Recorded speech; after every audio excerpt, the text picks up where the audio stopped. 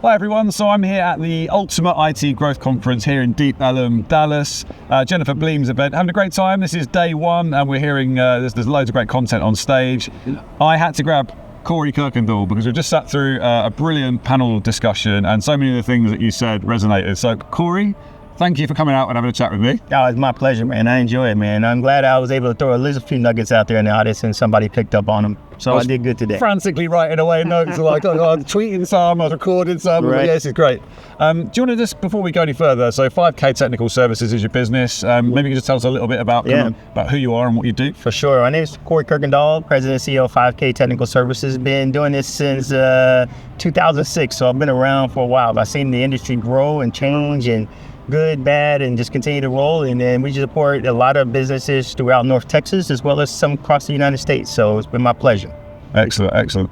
And so some of the things that really resonated with me was that we're kind of all about like trying to clear the plate of sort of people who are in sales roles so that they can build deeper relationships. And tell me a bit about the importance that you place on relationships and kind of some examples of how that looks in reality. Yeah, for sure. I think it goes back to back when I was at Cisco back in the early 90s, the late 90s, early 2000s. They sent me on an expatriate over to Australia. And I was known as, oh my God, here comes this Eastern and Westerner coming over here. And when in the United States, we're very much about business. And over there, I was like, man, I'm struggling just doing it. And they're all about relationship, breaking bread and having that conversation. And that resonated with me and stuck with me forever. They won't even do business until what that mate conversation is really about is real. What is that? Is that small talk or no, what does that look like? It's straight. It's like you're sitting down and you say, hey, I want to get to know you. Before we talk about business or whatever, what do you like? How are you doing things? What does your business look like? What does your family look like? Hey, are you even thinking in the back of your mind? Are you even thinking about the business at all? No, literally? So you go in a totally relaxed state. Yeah, 100%. Let's talk about, hey, what sports teams you like? What do you like to do? You ski, you like hockey, you like basketball, you like whatever that is.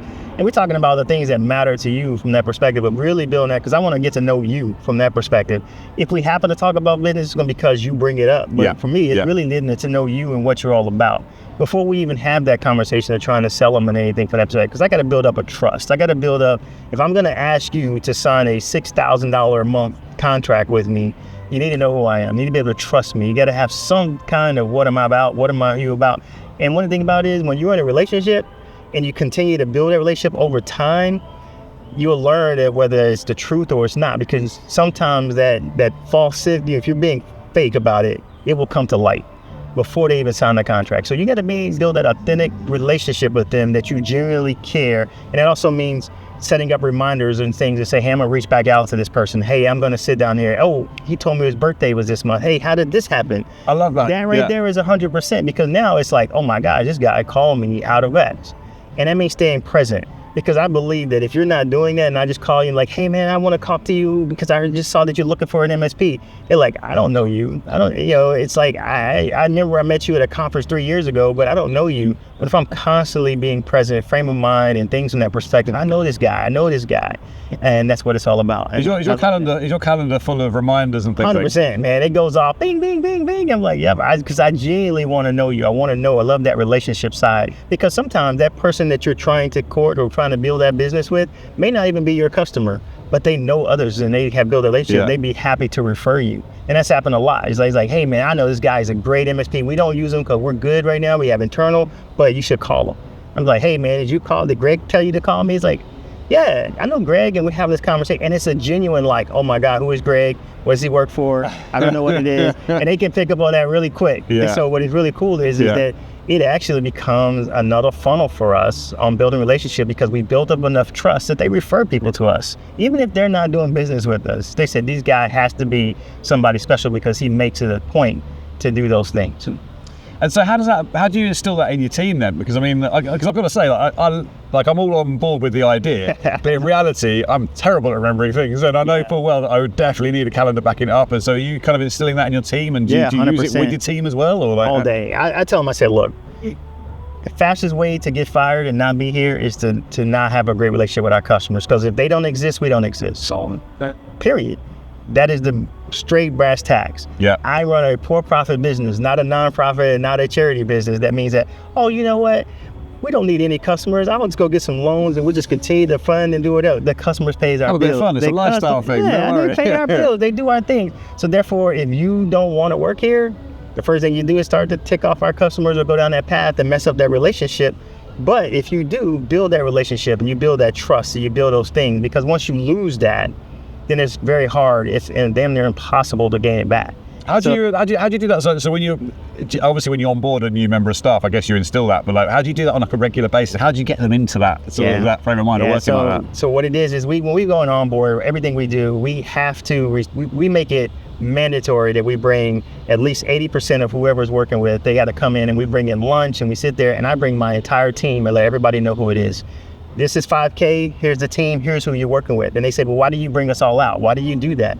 I said, because I want them to understand that they're purchased the bench. Every customer you bring in for lunch? We bring them out lunch to their location, make it comfortable, but I bring my entire team to onboard them because I want them to see the bench. I want them to see that it's not just Corey. How many is that? That's pretty quite intimidating. Yeah, we bring 10 to 15 people coming out. I got some out there doing your onboarding. I got some coming out here doing this. I got some in the back. I say, here's your account manager. That's quite an occasion, isn't it? It is. That's a lasting impression. Think about it. If I was their internal IT, they should know me too. You're there, and guess what? We are their internal IT, so why would it be any different? They should know it. I wanted them to put a face with Barry. I want to put a face with Kevin. I want to know a face with James. I want to know they know who Stacy is. They know who Corey is and Kevin and Heather and Hedda. They will know who these people are. Why is that so important? Because again, when you're talking behind that phone or where it come from and you have that relationship, you can relate and say, I know that person. I know that was Jill in HR. I know that was Phil in sales. I know that because now we have that connection versus I don't know who I'm talking to. I don't know what it is. I don't know what it's like. So I want to put that face to them so they can say that they genuinely know who they're talking to and show them that this is about relationship, right? You can't tell you that you love the girl and you never take her around your friends, right?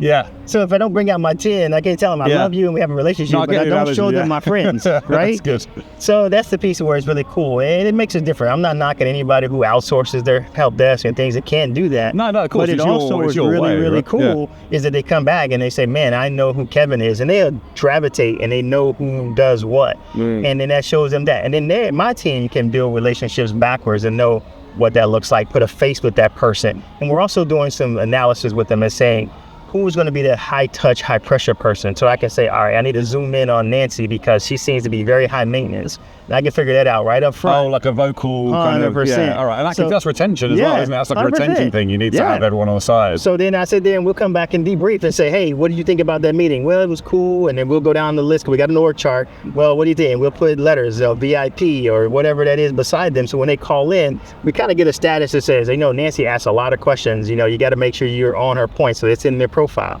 And we say, this one here is really shy. She's not really technically savvy. And here's what that looks like. And that's in there. So when they open a case, we can kind of get a little view of them and saying, all right, how do I communicate with them, right? If Nancy is very high pressure, give me the answer. Don't sit around and tell, this guy is blue. I win hockey. She don't care about that. Fix the problem. Yeah.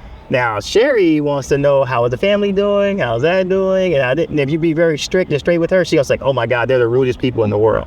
So you really learn those, and the only way you can do that is by getting them in front and have a conversation. Our typical lunch meeting runs about an hour or two. We're talking to them, going through what it looks like and saying, I want you to know who we are, what we do, and what we do in front of this company for you guys.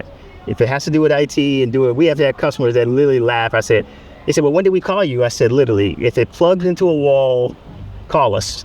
And they go, why? I said, because vacuums have Wi-Fi, lights have Wi-Fi. You might bring Alexa or somebody. Nowadays, there's probably a knock-on effect you've got to be aware of. And we'll say, most devices. Yeah, we want to know. And then when we build that trust, they call us, say, we're thinking about this. It's even down to the point where that relationship is so strong that when others market to our guys, they send it to us and say, hey, just letting you know, here's what it is, and they won't respond. They say, hey, I want you to know they're looking at us, and I'm like, oh, I appreciate that. And I'll reach out to those guys and say, hey, you need to take them off your list. This is mine. I got this. And, okay, keep it moving. That's amazing. So who actually does that? So when you go into one of your clients for the first time and you're building this profile, Who does that? Who's sort of taking the notes? Who takes that leadership? And also, where does it appear? Is there a system behind this somewhere? Yeah, so when we go in there and I tell my guys and my sales guys and I go out to them, so what they do is they literally go out there and just evangelize. Hey, how you doing? What did it do? And how it works. I said, don't sell nothing. I said, but we don't know the technical side. I said, don't sell anything. I said, what do you mean? I said, just go in there and learn about the business. Soak it up. What do they do? How do they do? How they support their customers?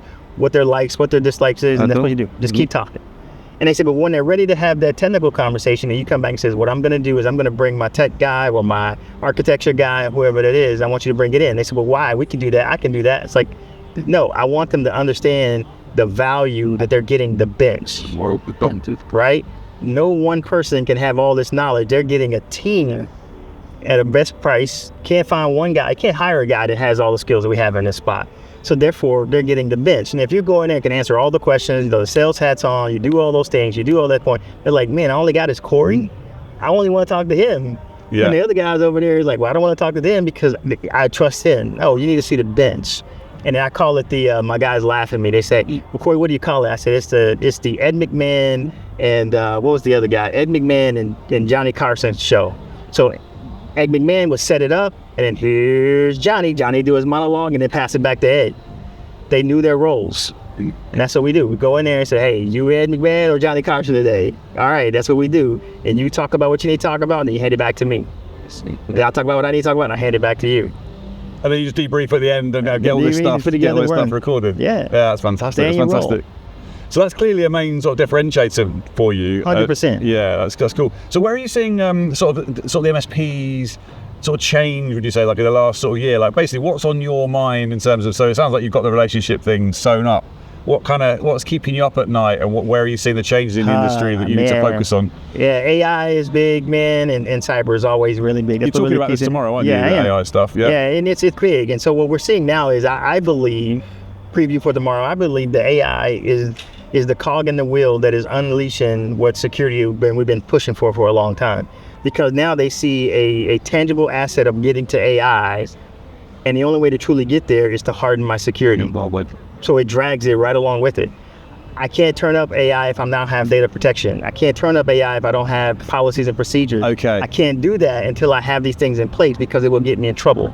Right? So now it's dragging because I want AI so bad, I will do whatever it takes. Okay, great. You see that in your customer base, 100%. Right? You see that they're asking, 100%. What, is it ChatGPT or something? Or no, it's Copilot, ChatGPT. It's anything from an AI where even if they go out and get their line of business apps that says, here's I'm AI, great. Now we got to talk about now, how do we control your data? How do you ensure your data is within this? What LLM are they running? What rat toolkit are they doing? What are you doing? How do you educate them on that? So the customers care about that? So is that 100%. Really, are they really more interested in security now, or is it you're 100%. Interested in more? So if they're interested in AI, the Jedi mind trick is that they're interested in security because they go hand in hand. Do you reinforce how important 100%. This is? Yeah, okay. And I do it with Copilot, right? So we do a lot of things with Microsoft Copilot and things like that, this AI-driven things. So that's right. So if you don't have it hardened and your security policies in place and you go out there and just roll out Copilot, literally anybody in your organization can sit there and say, well, let me see what Jeff's salary is or whatever. Because it knows, it's going to pull it back. Okay. If you have no guardrails up, you say, oh, hold up. I just exposed my entire company and my entire infrastructure to something that I thought was protected and it wasn't. Yeah. And so you got to be very careful. And then it's really point of saying, here's what we want to do. And it just drags security along. So the conversations I was having about turning up DLP and doing security and hardening, they would be like, oh, I don't really want to do that. Now it's like, okay, cool, but how do we get to AI? It's like, you got to do this, that. Okay, then no problem that I need to get here. Now we're rolling out. I did an article the other day for CRM, which was talking about, we became a program we created, which is called becoming their virtual chief AI strategist, which means we come in to help a company strategize on how to bring AI into their organization. Policies, procedures, security, and we go department by department and really looking at the business case of what AI is going to solve for them and help them solve that problem to take what we call digital labor and move that human labor up to a more valuable role. I love this area. Can I just, this could be a whole other chat. I know this could be a whole other thing, but I just want to tie into that slightly. So when it comes to doing that analysis of what the businesses need, I know from experience there's a lot of MSPs that really want to move from selling products and services to selling like business outcomes and really doing the business analyst bit. Yeah. Do you have any sort of tips around how you go, the sort of way you structure that kind of conversation? Because that's what you're talking about there, 100%. isn't it, really, just in the context of AI? Yeah, it's about really knowing your customers, right? Really knowing who it is and who in the company. So this is what a conversation like that is not necessarily going to be the IT guy. It's not going to be the office manager. It's going to be the chief marketing officer who understands marketing. It's going to be the CFO who's looking at spreadsheets and numbers and data crunching. That's what AI is. It's good at crunching data. So I can give it a whole lot of numbers that come up with a predictive analysis. Do you think the IT guy cares about that? No, it's the CFO saying, I can take this information from here and this and this and that and give me some type of projection of what it is.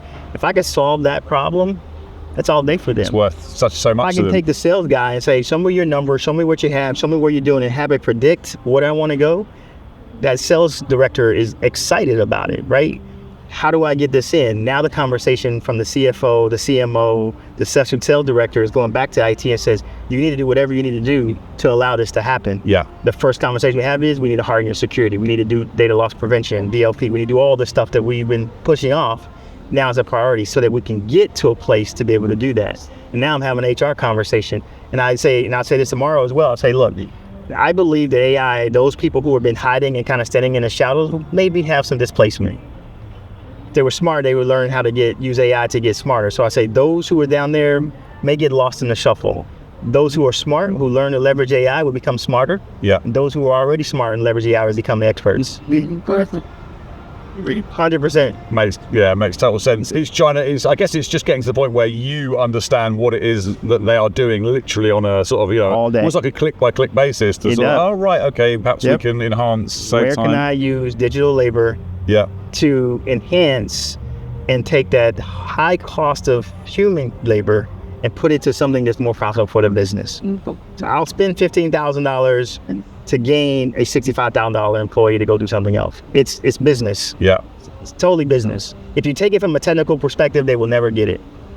What was it you were saying on stage? I think, didn't you say, I want you to, if your client's not using AI, thank you. If you're not having a conversation about AI, I appreciate it. Yeah. I am. Yeah, exactly. Appreciate you because they're looking for us to be that technology leader. They're looking for us to be that next person that's telling about it. So if you're sitting here because you haven't had the security conversation with them, or you haven't researched AI, and I'm that MSP that happened to drop that bomb on them, or they're sitting in a seminar and I'm on stage and I'm talking about AI and how it transformed their business, and they're going to sit there and say, why haven't my MSP came to talk to me about this, right? Yeah. And then I'm like, cool, they're gonna sit me, and then all I need is the entry to peek behind the curtains.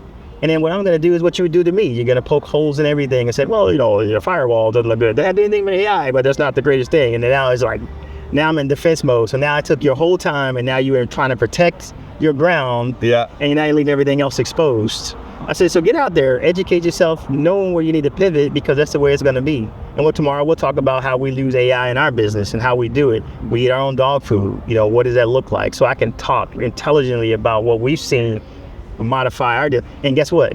They are the direct consumers of what we've done, so they know the value. Yeah, of course. Right? They see it. They see self-help. They see the chatbot. They see that. So they said, we can't knock it because we've accepted it. We're actually using it for exactly. Yeah. Right? So that's the piece that's really cool. Is like we're not just talking and preaching it, and they can't say, well, I'm not really liking that. Well, you've been doing AI with us for the last 6 months. And guess what? Your ticket closure and everything else has been doing it. And they go, yeah. And they go, well, oh shit. Like you have a aha moment. Like, yeah. And so now it changed that mentality, right? It changed that mentality because now they've been able to, and they've been the direct consumers of it. As I said, now take that experience and think about what would happen if you were able to deliver that to your clients, right? And so they're like, you know what? I never thought about it like that. So now you've always got a playbook there, haven't you? Really, if you're utilizing it in multiple areas, 100%. You can almost say, look, that's your start, that's your gateway. Starts with us first.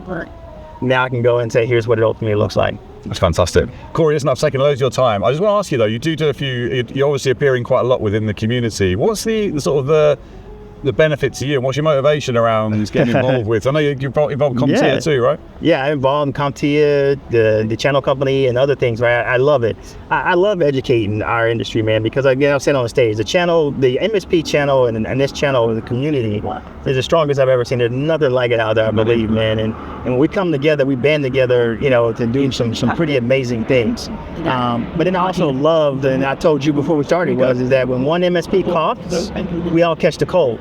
So I want to help them immune themselves as much as possible because I'm tired of catching the cold. I don't think they all think like that. I'm tired of getting sneezing and sicking, right? I don't want no more pandemic, right? I need it to be this way. So I love to give and educate and do things. I think the power of the community is better than just any one single, right? That's the key. Says that's cool from that perspective. And I think, you know, there's enough business out here. I mean, I live in Dallas, right? I can throw a rock and probably hit an MSP in the head. But we don't run into each other. But we respect each other. Yeah, isn't that interesting? Yeah, I mean, it's just really not something you're too worried about. Listen, it's been an absolute pleasure. Thank you so much. My pleasure. Honestly, I could carry on. Any one of those areas we talked about, we could dive into for loads more. My pleasure. Cool. Yeah, it's only a quick one. So my pleasure. Appreciate it. Have a good show. Yeah, thank you.